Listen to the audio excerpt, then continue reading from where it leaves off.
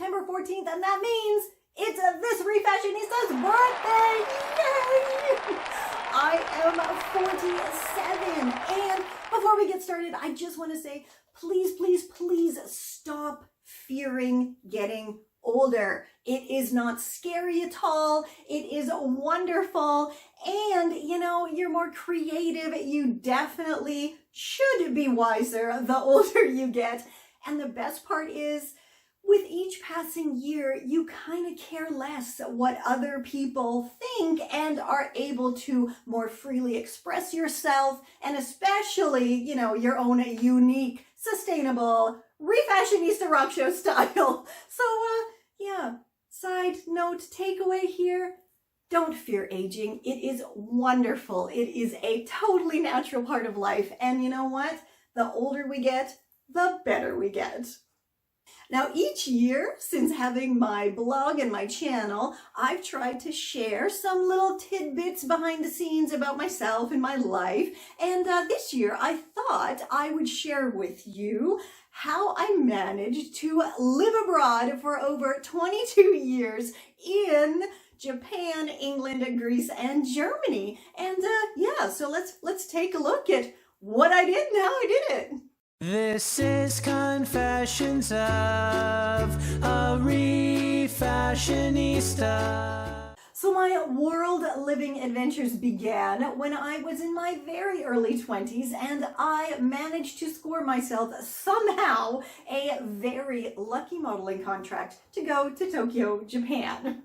Now, it was only supposed to be for a few months, but because I picked up the language quite quickly and I'm pretty fun to work with, and you know, I get the job done to the best of my abilities, I kept getting more and more contracts, and I ended up staying there for more than a few years.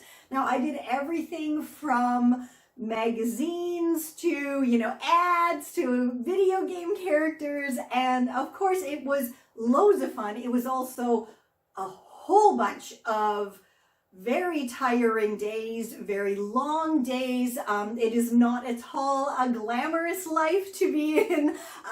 My eating disorder started there, of course, and yeah, when it was time to go, it was definitely time for me to go. But while I was there, for the years I was there, it was pretty awesome at the end of the day. You know, I do have very wonderful memories and of course some fantastic language skills now. And I highly recommend to anyone, if you have any kind of opportunity to travel to a different country, learn a different language, do it, do it, do it. Your life will be amazing for it.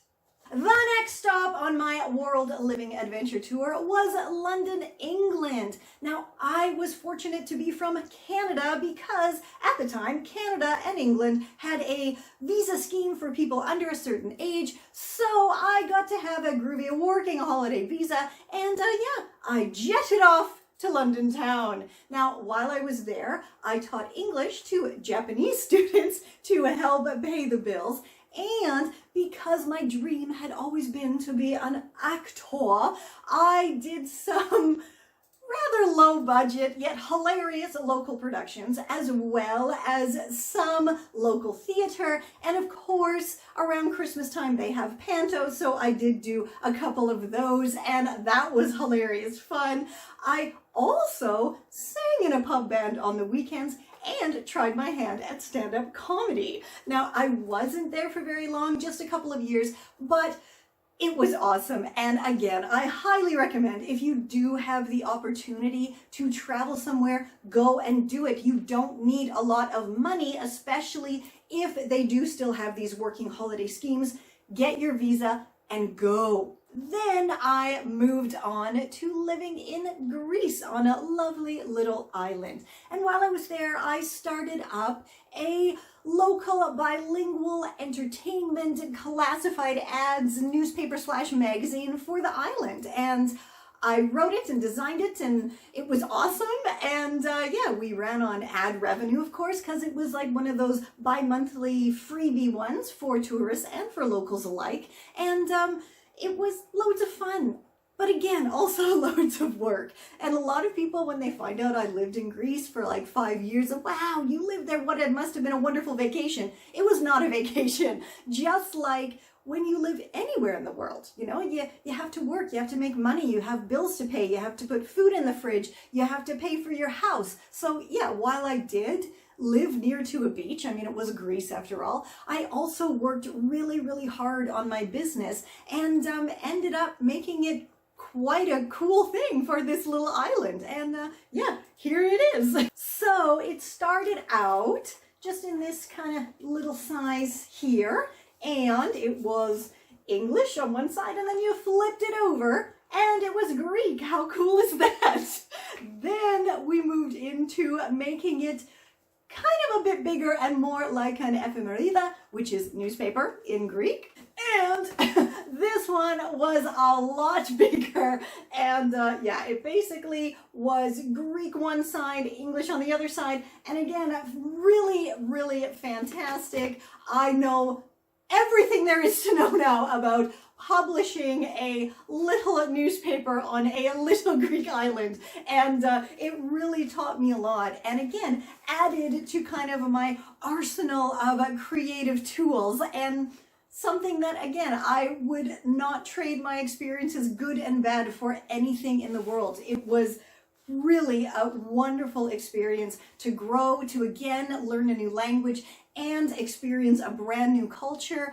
And again, I cannot keep saying this enough to you guys. If you have a chance to go anywhere in the world, get out of your comfort zone and just go. So after about 5 years in Greece, I got what I've always called itchy feet, but is more commonly known as wanderlust, and I headed on over to Berlin, Germany. And while I was there, I started my own textile design and print company called Mensch Tees. Mensch in German means human in English. Now, we did everything from my own designs to designing stuff for local businesses, t-shirts, bags, menus, business cards, you name it.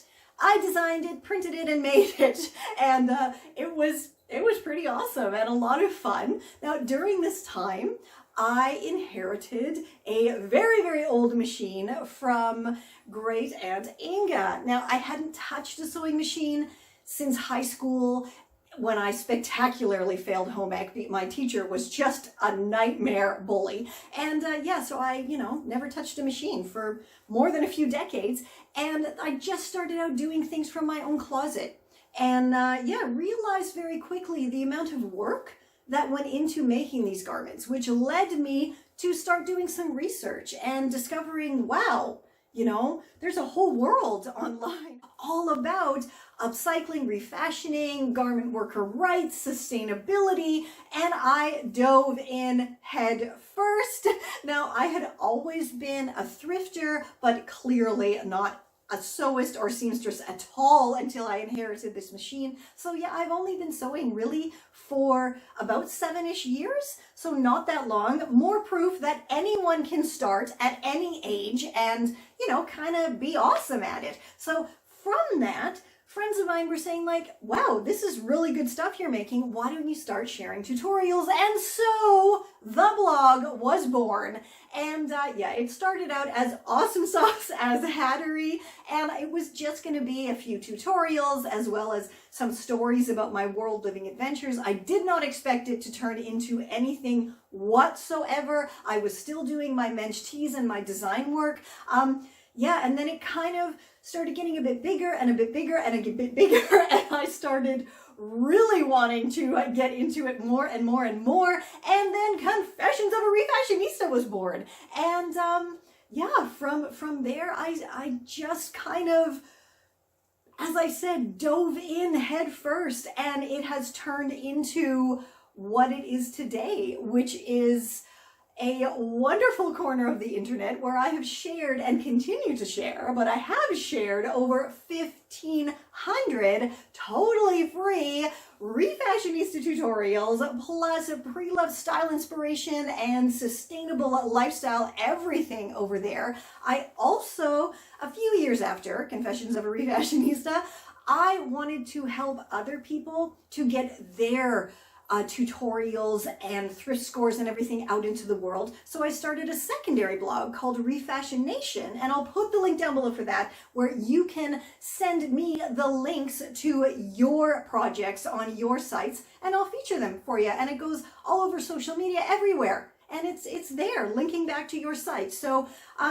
yeah, I also have my Gone Thrifting Facebook group, which is got a lot of people in it now, and it is just a wonderful place where we all meet up, we share our projects, our thrifty style, and hope to inspire others to jump on this kind of eco lifestyle. And of course, during all of this going on, I decided, you know what, I'm not doing enough, so let me start a YouTube channel as well. And so I did, and my videos have definitely improved over the years as my skills have improved, and I have gotten, some better programs behind me and some better equipment behind me, although I still do simply just use my phone to shoot everything and a very cheaply priced video editing program. But again, it's all about putting in the work. You do not need to have a lot of money to live sustainably. You do not need to have a lot of money to go and refashion your wardrobe. You don't need to have a lot of money and equipment to, have a channel, have a blog. Just go ahead and do it. You can head on over as well. I have my Facebook page where there's more than a few thousand people enjoying everything that I post over there. My Instagram, Twitter, I mean, you name it. I am a one-woman show. I am the only person doing everything behind the scenes. So yeah, help me out and share your fave tutorials with your online circles. Send me tutorials from your own sites, and I will share them with my Refashion Nation. And yeah, this kind of got a bit off topic from living in Berlin, but Berlin was also where my kiddo was born, and it was not where I got married. I actually got married in Denmark because Germany has some crazy rules about getting married, and our story was even featured in the Wall Street Journal. I'll put the link below to the article on my site that led to all of that over there. It's quite funny, actually, all of the laws to try to get married to a German as a foreign person in Germany. I will also put the link below again for my stories about living in Germany. So there you have it. There is the tale of my world living adventures. Now, of course, during my life, I've had super duper highs and very low lows, just like most of the human race. And I did, in fact, share my struggles with social anxiety in my last year's birthday video, as well as why I have so much social anxiety. And so if you do suffer from anything like that, I do recommend clicking the link below and heading over and watching that video, because it is always wonderful to know that we are not alone in our struggles and the kind of crappy things that have happened to us in the past. And I'd like to think I'm a pretty good example of having a not so good past and kind of hopefully a more positive future. And yeah, so it also, in that video, I share how I deal with my anxiety and how I get through it when I do have my attacks when I'm out and about. So yeah, do take a look at that. And as always, head on over to my refashionistasherry.com. Check out my ebooks. Grab one of my Refashionista boxes. It's my birthday, but why not get yourself a gift? And yeah, I will personally make you something awesome and send it off to you. So I'll put the links below for all of that. And until next time, stay safe, stay well, and I'll catch ya on the zigzag. Happy 47th birthday to me!